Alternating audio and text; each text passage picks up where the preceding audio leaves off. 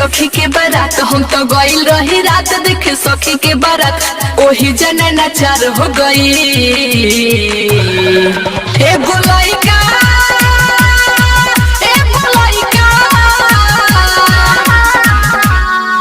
एगो लइका से प्यार हो गई मजा मारी के फरार हो गई एगो लइका से प्यार हो गई मजा मारी के फरार हो गई। हम तो गइल रही रात पटनरवा के बारात हम तो गइल रही रात अपना दोस्तवा के बारात ओही जना नाचार कोइनी एगो लइकी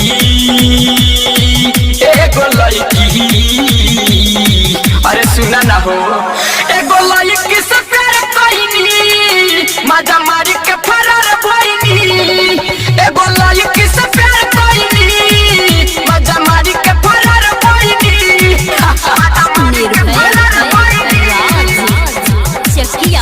मजा मारी के फरार भइनी।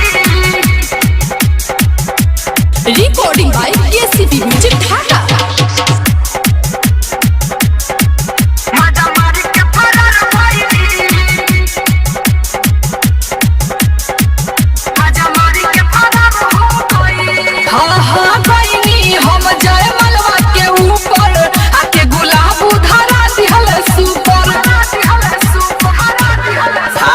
देखते ही मनवा में फुट लगलावा देखनी हम जब सहतल पहिनावा कुछ कह नहीं पैनी ओकरा प्यार में लो भइनी कुछ कह नहीं पैनी ओकरा प्यार में लो भइनी बात कोई नहीं विचार हो गई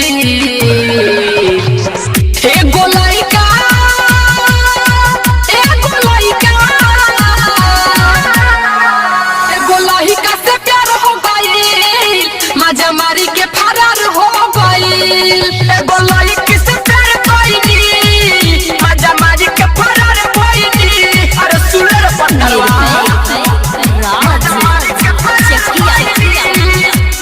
recording by KCP music Dhaka. You are listening by Anil Nidati.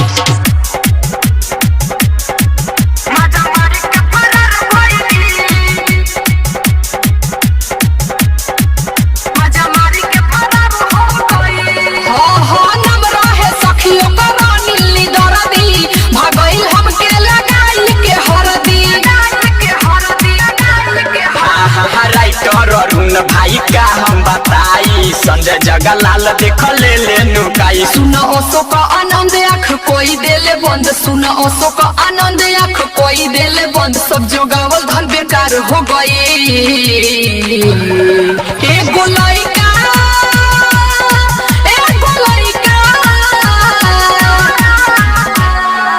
एगो लइका से प्यार हो गई मजा मारी के फरार हो गई एगो लइकी से प्यार कोइनी मजा मारी के फरार भइनी एगो लइकी से प्यार कोइनी मजा मारी के फरार भइनी बड़ी मजा रे यार। Recording by KCP music Dhaka.